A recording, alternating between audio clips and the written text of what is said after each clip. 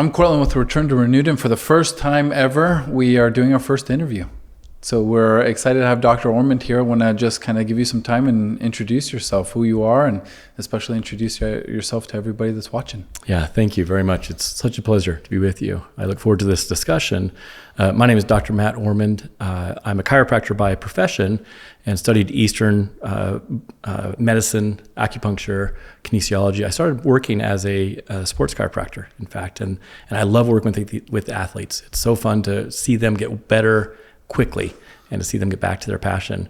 But the last 15 or so years, I've really niched into being a student of stress. And so I specialize on regulating the body. I consider myself a glorified electrician as I work for the body and balancing the electricity of the body. Truly, like the nervous system is electrical.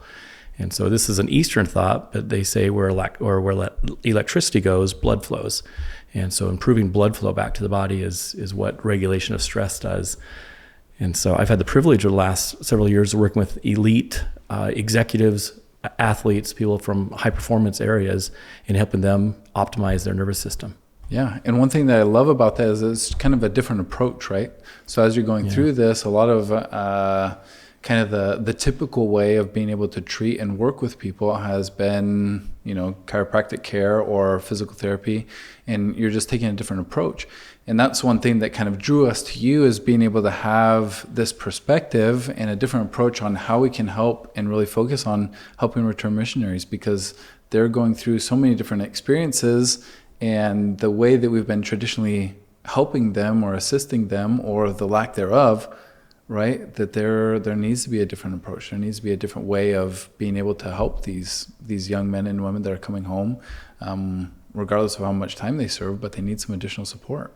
Yeah, indeed. Yeah, Return Missionaries, we love you guys. We love what you've done, and we're so excited. I'm so excited to team up with you guys in this conversation in helping you return home, and not just return home, but continue the acceleration and the momentum that was built in the 2 years or the 18 months or in the time that you've served. Yeah, and for you, it's even closer to home, right? You have a son out serving a mission right now? Yeah, we have a son who's our oldest son is in Londrina, Brazil, and he's been out since March. He started his mission in January, but got into Brazil in March, and is just in the throes. That first quarter of the mission, there's just the steep learning curves. Steep learning curve. And, so then, what's your hope for when he comes home? What's kind of your big overarching kind of goal, in terms of his post-mission adjustment and what he experiences once he takes that name tag off?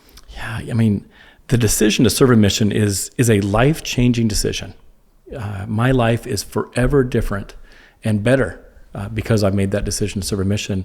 And so I want for him, I desire highly that when he returns home, he continues that momentum and carries it forward. In a mission, you learn, practices and disciplines. You might find gifts and abilities that you didn't know you had, or refined those like a muscle. And so to carry those gifts forward into the next walk of life, and for him, it's education, and then profession, and into a future family. So I really want him to, capture what he learned and continue into that momentum. And I think programs like yours, maybe yours might be the singular program that helps missionaries, carry those gifts forward and help them avoid those obstacles that typically beset missionaries that return. Yeah, and I love that, and specifically the momentum piece, right? Another analogy that we often hear is the fire, right? Missionaries are on fire when they're serving, and I don't know if you felt this way, but when I was out, the moment that I realized, or I started feeling like, hey, I'm actually good at this, was like a month or two before I actually came home. So, you have all this momentum and all this build up to the point of coming home, and then it's almost as if that momentum is just stopped, or, that fire is kind of extinguished. And that makes it a little bit difficult. So you talking about how you want your son to be able to continue that momentum, that's super important. So what is it that how do you hope that he does that? How do you see, or how would you propose that he builds or continues to make progress and maintain that momentum moving forward? Yeah, I think, during our missions, of course, we draw closer to the Savior. And so there's that relationship with Jesus Christ that it's unlike almost any other time in your life, truly. And so that becomes the cornerstone. That is the centerpiece, is that that relationship with Jesus Christ continues and continues to deepen. Yeah. It might change the focus and intensity outside of a mission, but that it's there, and there's trust and reliance in that. I think, with my background being what it is, I think there's a physiological perspective on this as well, of obeying the laws of physiology. And that simply could be, rest, exercise, and diet are pieces of this, and so maintaining his physiology. I've written a course around longevity, and I see the potential of humans. Like, I am certain that the next person to live 120 years is on the planet right now. I think we will explore the extremes of what longevity actually is, and a key focus of longevity is really just maintaining your energy. A body that has energy. And I'm not talking woo-woo energy, I'm talking actual energy, is one that can carry this momentum forward. So I read a quote recently, actually it was a meme, that suggested that when we are exhausted and tired is we end up confronting the old enemies that we conquered in the past. Yeah. And so, keeping that momentum, and that is what we see. It's not uncommon for our missionaries to come home and they've lost a little bit of momentum or lost some of that energy, and then these old challenges that they've confronted before are anew again. So what I want for my son is to keep that momentum, but honoring that relationship with his Savior, recognizing the role of his physiology, and that he can have reliable control of how he maintains energy, and then setting his focus, looking at his values and orienting the next steps in alignment with his values. Because ultimately, I want for him to find something that's a passion that aligns with his values, that equals fulfillment. Because all the successes in the world, worldly successes, if they're not fulfilling, they lead to debauchery and other tragic situations. So those would be the things I'd like for him. Yeah. And just as you're explaining, the things that you worry about, those were the exact things that I experienced, right? Where I came home, and then all of a sudden it was like these old demons that I thought I had overcome. I get back, I lose that momentum, I lose the fire, and then those things are just right back in my life in ways that I didn't want them to be.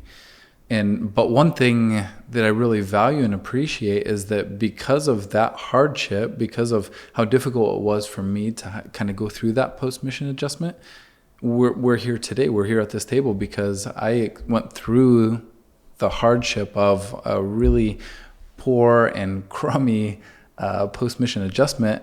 I don't want anybody else to feel that. I don't want anybody else to experience it. So it's kind of that life experience that has led me to where I am now and have this perspective. For you, when you came home, was that similar? Did you kind of have to go through that process as well? Or, what was it like when you got home? Yeah, and my heart goes out to you, and because I experienced very similar.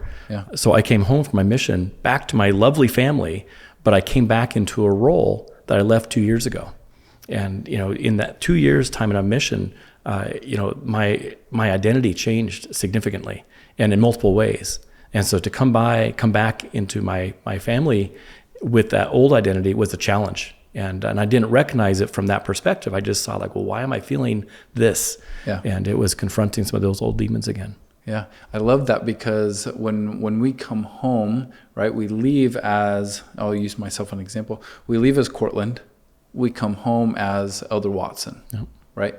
And one thing that was really difficult for me was coming home and my room, my bed, my dresser, my fish tank that just was awful. Fish is dead at this point. The fish is long gone.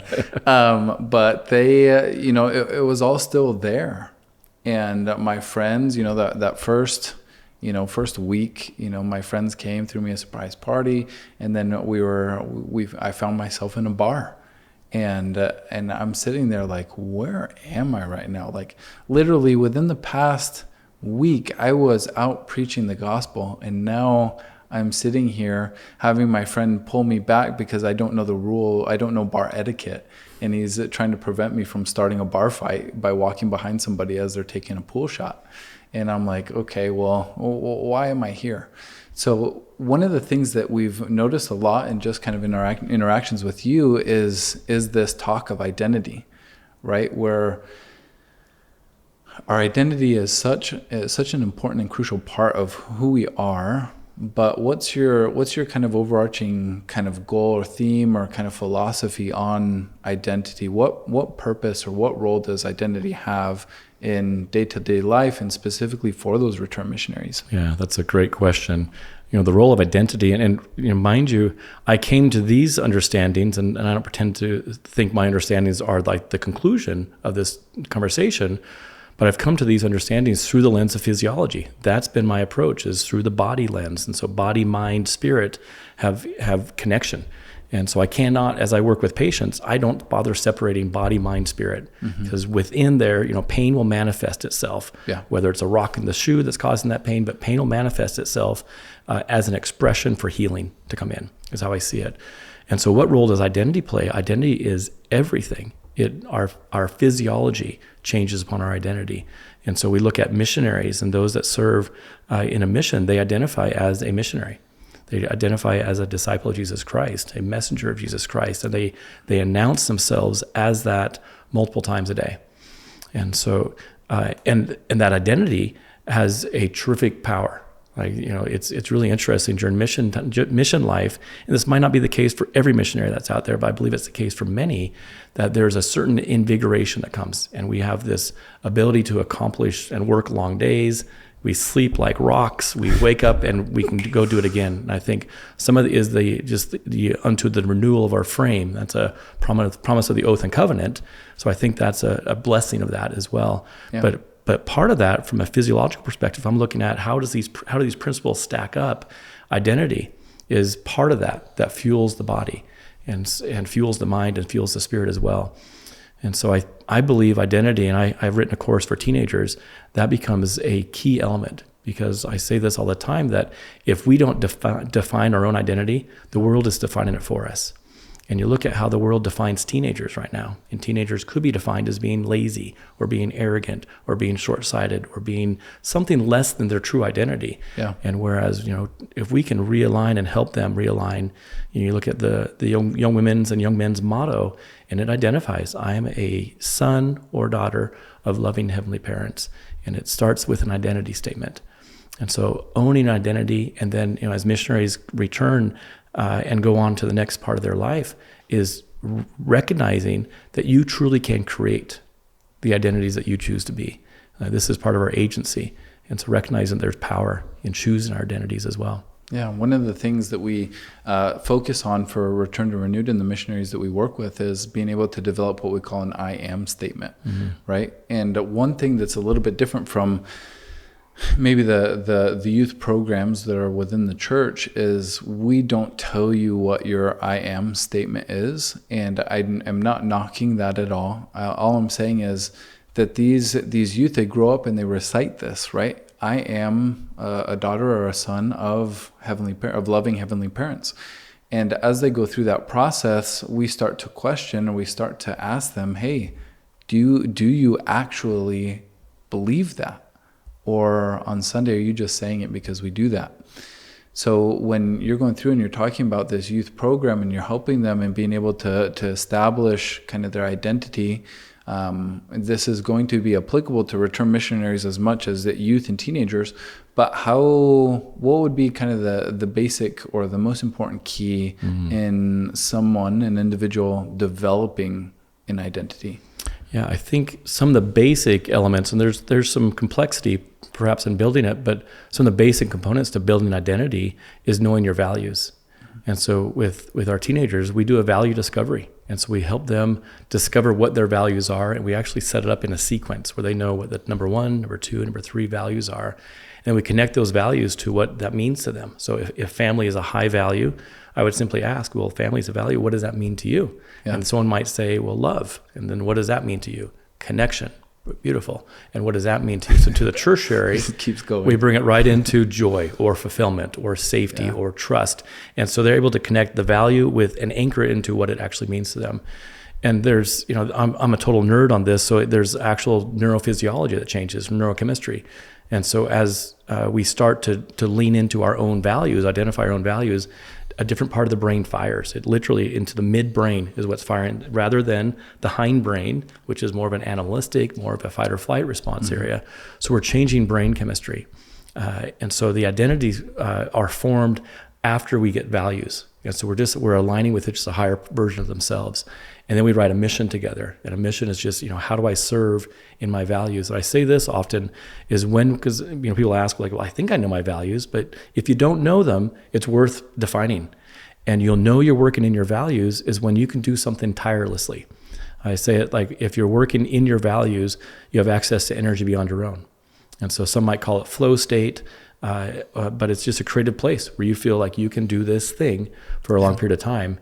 And I think professionally, you found various moments of just like, I can do this tirelessly. Yeah. And that's working within your values. And what's interesting, that list of values becomes diagnostic as well. If any time that we're out of flow state or feeling like just out of joint, we can simply look to that list of values and recognize, well, which value am I not honoring here? And there will be something you'll see. And as soon as you start putting energy into that area, those values line up and you have that access to energy beyond your own. And so that becomes key, I think, in curating the identity, because we can identify in that higher part of the brain connected to our mission of how we serve in those values. Yeah. In our program and kind of what we work with return missionaries and is we have this vision, right? We have this moment of being able to understand and kind of picture ourselves in the future. And what our focus is what do you want to be at that point in time, right? And then we start talking about the values, how you feel, kind of all these different processes of where we're at, and being able to then live and practice living those experiences. That's kind of what we're looking for and aiming towards, because if you're not adhering to those values like you're talking about, then there starts to be kind of this gap. And what we've noticed and experienced is, people define it as being stuck, right? And it's like, okay, well, why are you stuck? It's because you're not at peace with yourself. You're not working and really living through those values or your I am statement or even your vision.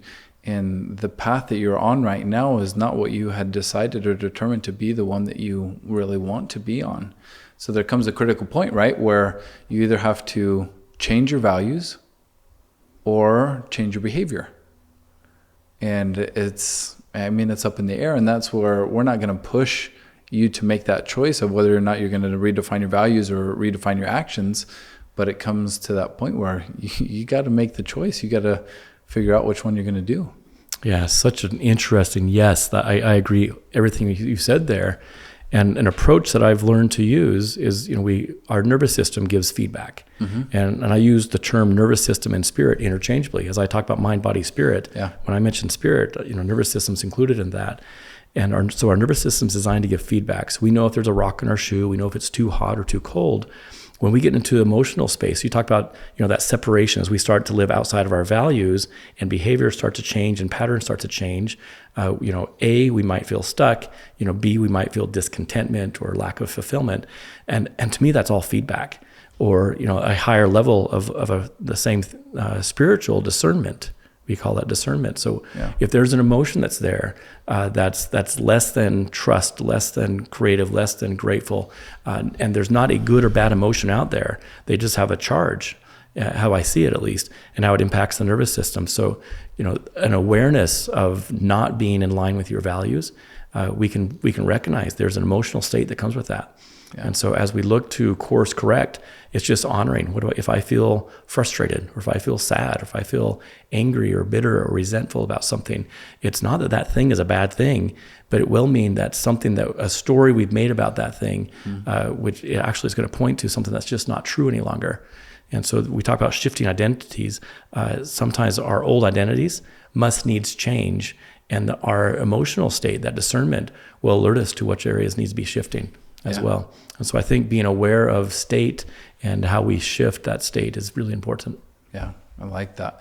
When one thing that you were mentioning just now is that there's an emotional response to, in my mind, just with my psychology background, I think of cognitive dissonance, right? Where we believe one thing, but our actions don't kind of coincide with that. And it can lead to different things from, cognitive impairment to just kind of emotional states. But just in your line of work, it also can impact our physiology. We, one thing that we see a lot in the world of psychology and treating mental health is that this term somatization, right? Where our worries, our anxieties, or, the list goes on, but it actually impacts us where we have headaches or stomach aches or I can't sleep well and things like that. So when you're working on this and you're trying to get through that process and you're helping somebody through kind of this course direction or kind of readdressing values, what's your approach on kind of course, correction? How do you go about that with the people that you're working with? How do you help them find peace between the actions that they're taking and then kind of the, being different than the values or their mission is the term that you used. How do you reconcile that? Yeah, that's a fun question. So, there's multiple approaches that I'll take with somebody, but in general, I've been a student of the physiology of stress for a very long time. Yeah. And what's interesting to me, and I've been studying this for 20 years, and I just feel like I'm scratching the tip of the iceberg. But, when our nervous system goes into a state of fight or flight, regardless of how it gets there, there's structural reasons that could create that. There's emotional, there's mental, there's spiritual, relationship, financial. There's multiple ways in which we get into a state of not feeling safe or feeling threatened. But when our nervous system goes into a state of fight or flight, the physiology is 100% predictable.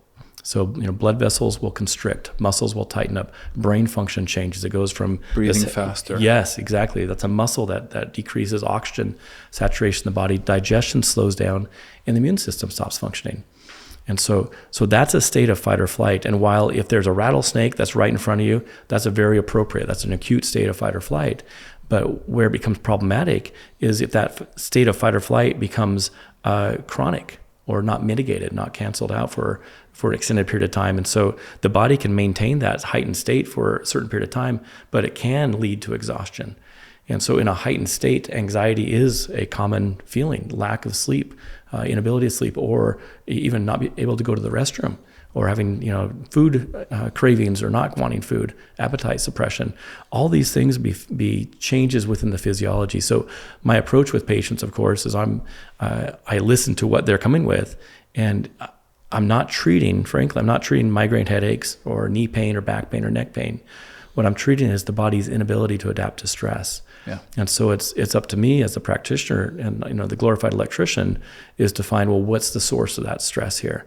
And sometimes, again, it is structural in nature, but more often than not, as my understanding has grown, more often than not, it does connect it back into the emotional space, and there'll be an experience, I call them neurological scar tissue, that's there in the nervous system that is on repeat, and there'll be an emotion that typically wraps around that.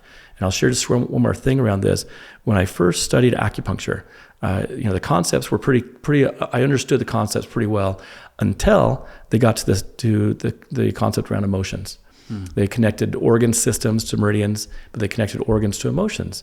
And I knew they weren't lying to me, but I just didn't have a place in my brain to hold on to that information. Yeah. And so I just put a bookmark on it. Essentially, it's like, I'm going to come back to you at some point. Yeah. And when I started recognizing I'm not treating back pain or neck pain, I'm actually treating stress, I entertained, well, where else does stress comes from? Because I was a structural guy. And that's where that information flooded back in. I was like, oh, there's emotional here. And so when there's emotion, it's a charged state. What's really interesting about memory is we can go into a memory, whether it's a positive memory or a negative memory, and we can feel the emotion of that moment. Mm-hmm. And the physiology, the neurochemistry, it will match the state of that moment. Yeah. And so it becomes paramount if we're going to help cause change in the body and help relieve pain. It's going back into a moment and neutralizing that. And there's a principle here that is key, and it will sound familiar to all of you.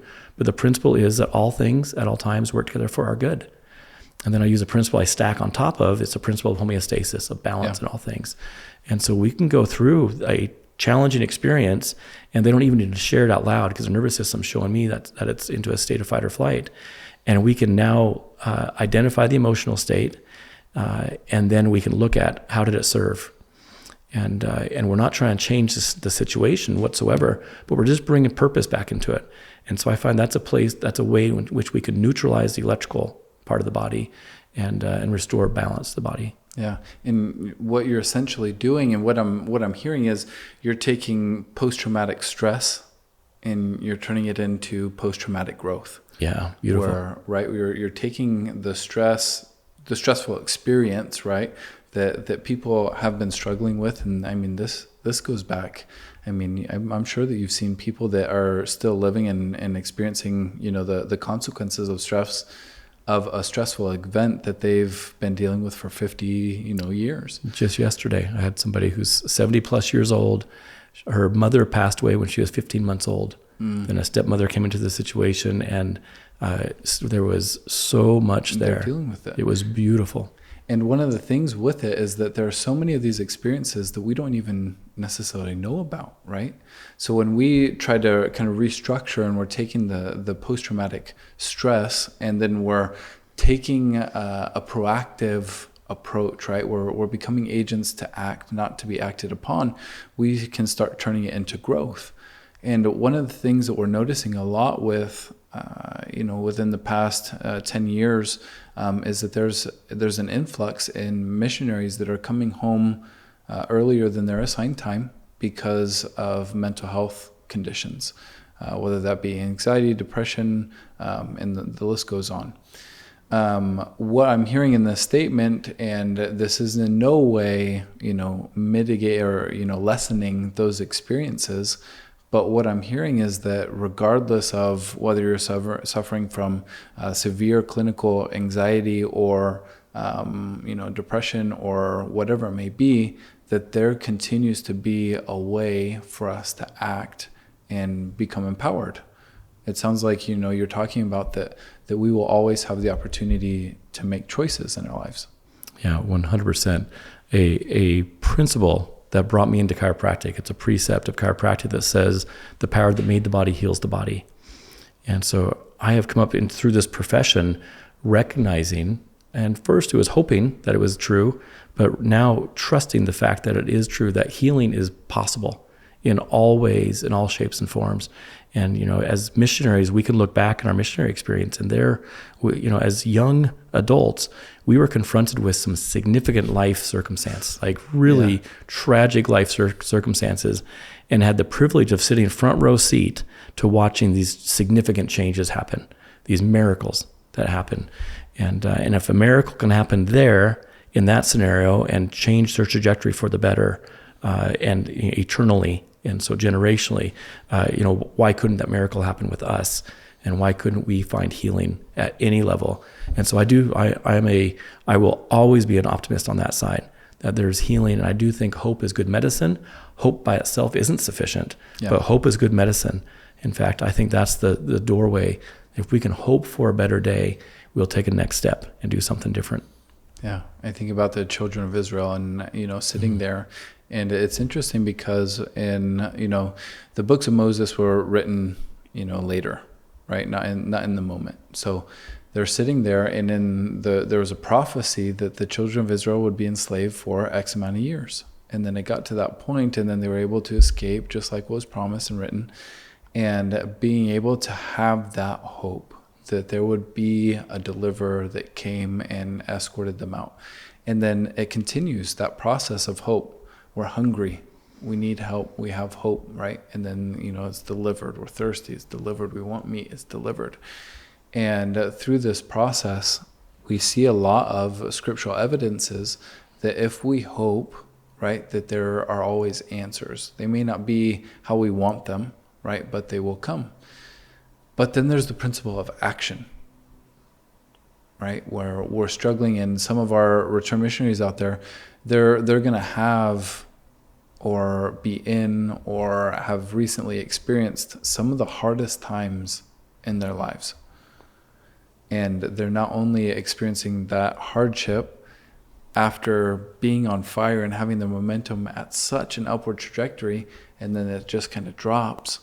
And then how do we maintain hope? How do we turn hope into action? How do we do that? Yeah, and again, I don't know that I have the complete answer on how to maintain that or how to bring action and action hope, but I think an important action, is awareness. It's just self-awareness. Yeah. Of just being present to, and to me, contrast is a really good teacher. I know when it's hot, I know when it's cold, and oftentimes I'd found a lot of things in my life by knowing what it's not. Yeah. And so, during a mission time, and I do want to return back to some of the missionaries that weren't able to fulfill a mission as they envisioned it. So I think to turn hope into action, it does take awareness, self-awareness of state. And when you can recognize on a mission, you felt a certain way, and there's other times in your life when you felt a certain way, when you're living in your values, you feel a certain way, and being aware of when you don't feel that way. And so that awareness is key. And that's the first moment. That, to me, I call it the metaphoric rock in your shoe.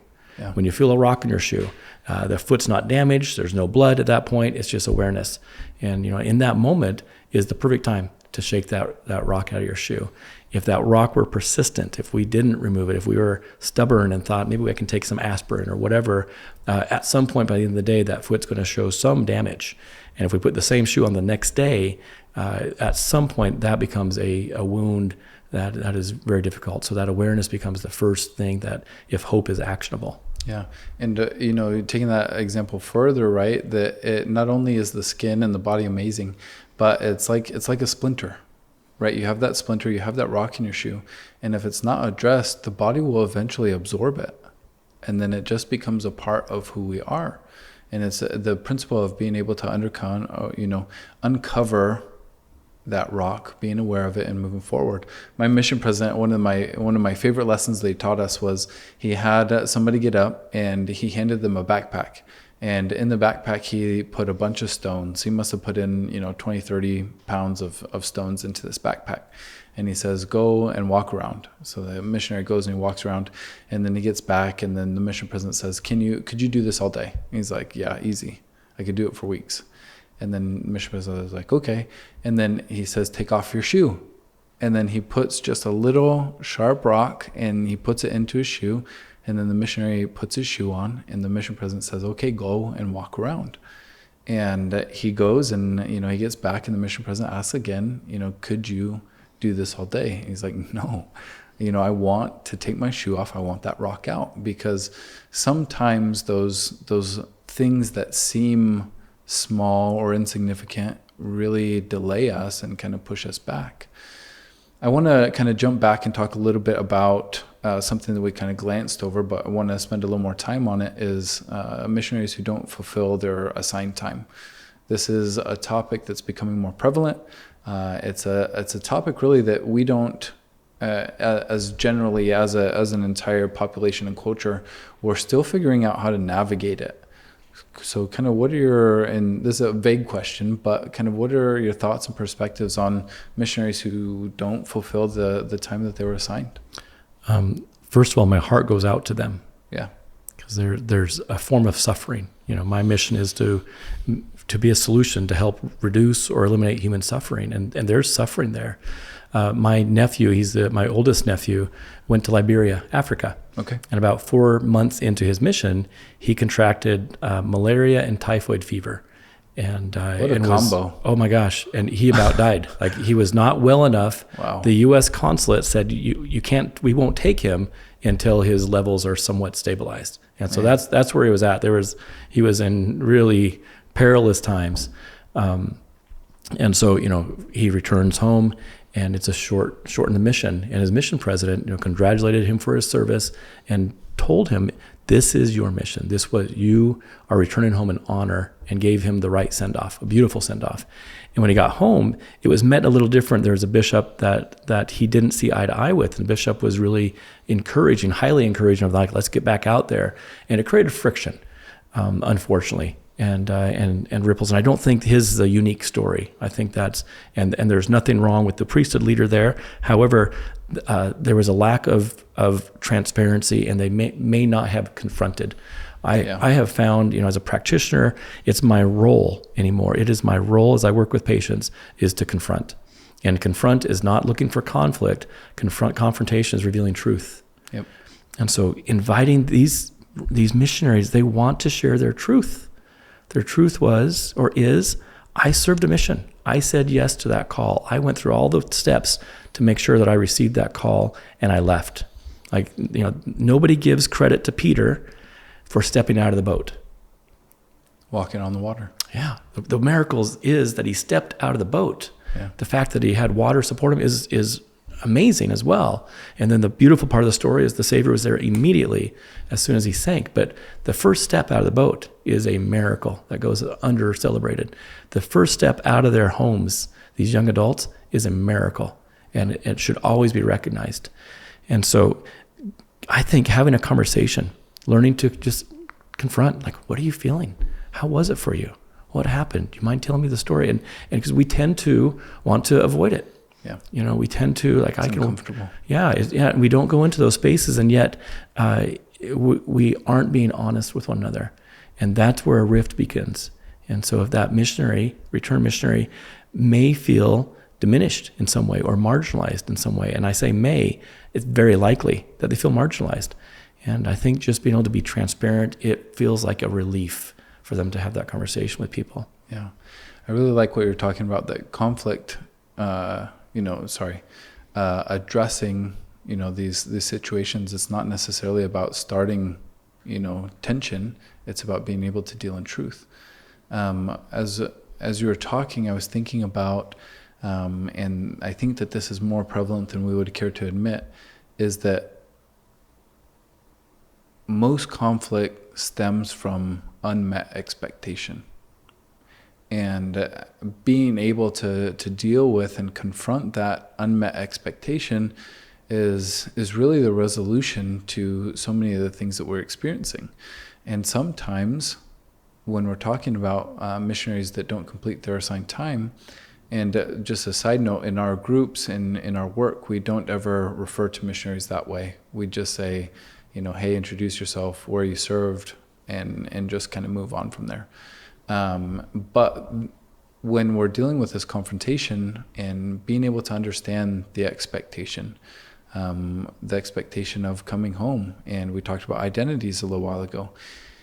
When I come home, being able to have that conversation about my expectations. Mom, Dad, I am now an independent individual, and I'm here, and here are the expectations that I have for you. And then when we have those conversations, sometimes we just expect for them to accept and then move on. But what also needs to happen is that our parents, they need to be able to say, hey, awesome, I hear you. Those are the expectations.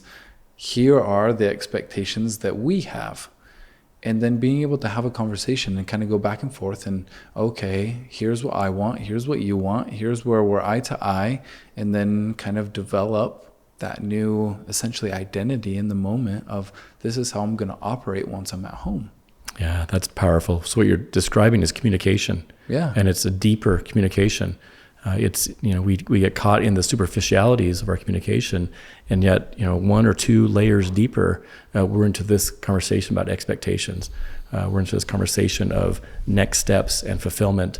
A teenager left that home, and it just makes sense that an adult returning to that home has different responsibilities inside that home. Maybe it's time to get a job and pay rent. Maybe there are different expectations from a parental side too. So I love that idea of just having a transparent, open conversation. Yeah, thank you. One question that I wanted to ask you, Dr. Ormond, was this concept of coming home, right? Coming home should be different than going back. And, just in your experience of, the power that created the body heals the body, and just kind of all these different kind of perspectives that you have, how would you address that concept of coming home and going back?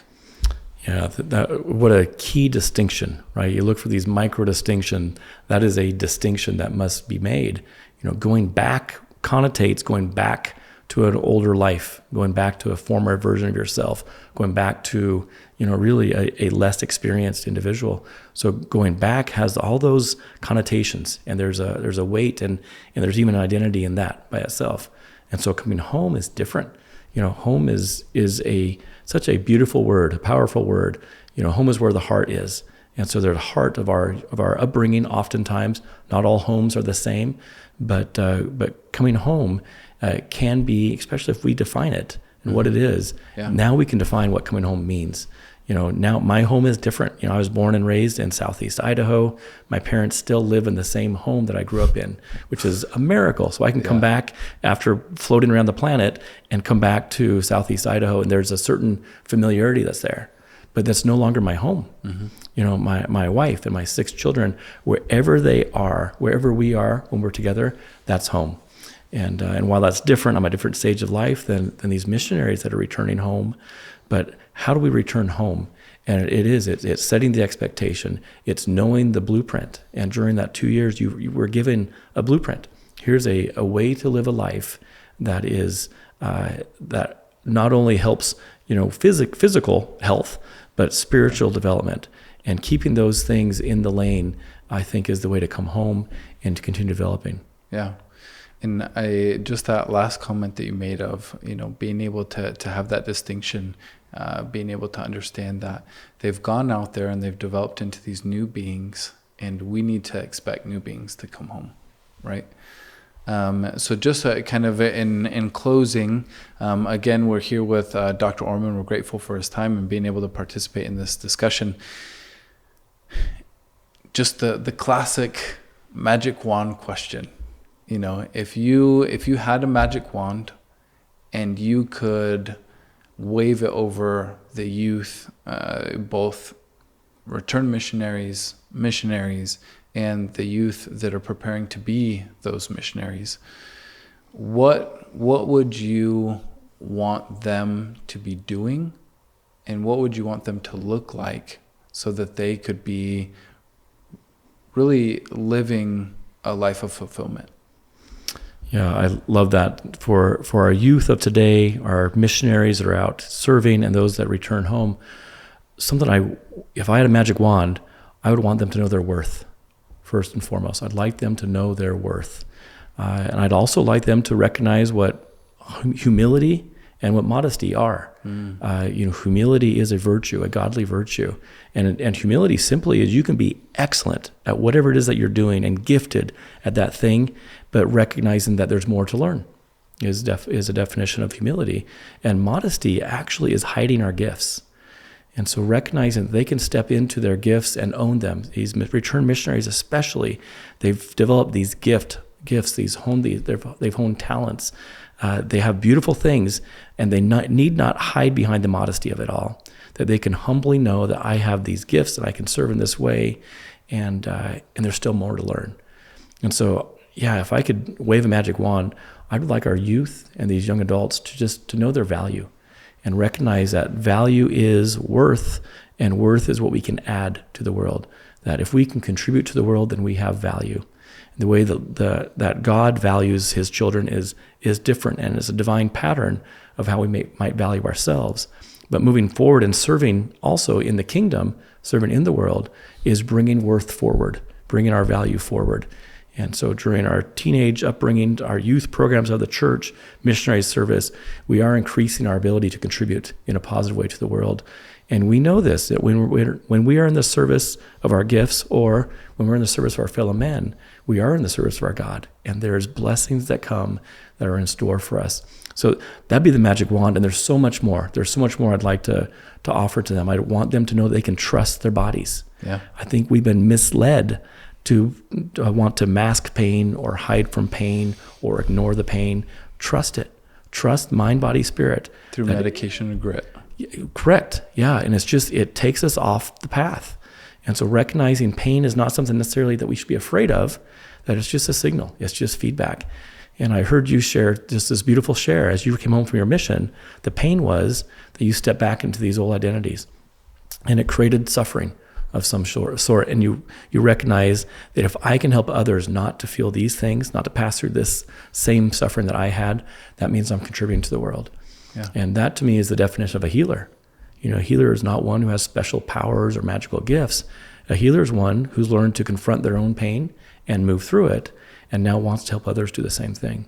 And so you, brother, are a healer stepping up into this space with missionaries. Well, thank you. Thank you so much for being with us and watching and participating in this interview. Please participate in the discussion as we're moving forward and trying to bring out the awareness of return missionaries. Dr. Ormond, thank you so much for being here and participating in this. If people want to know more and kind of hear more or see kind of what services you provide and even sign up for those services, where can they find you? Yeah, thank you for this great conversation. I have a website, wisdomwithin.us.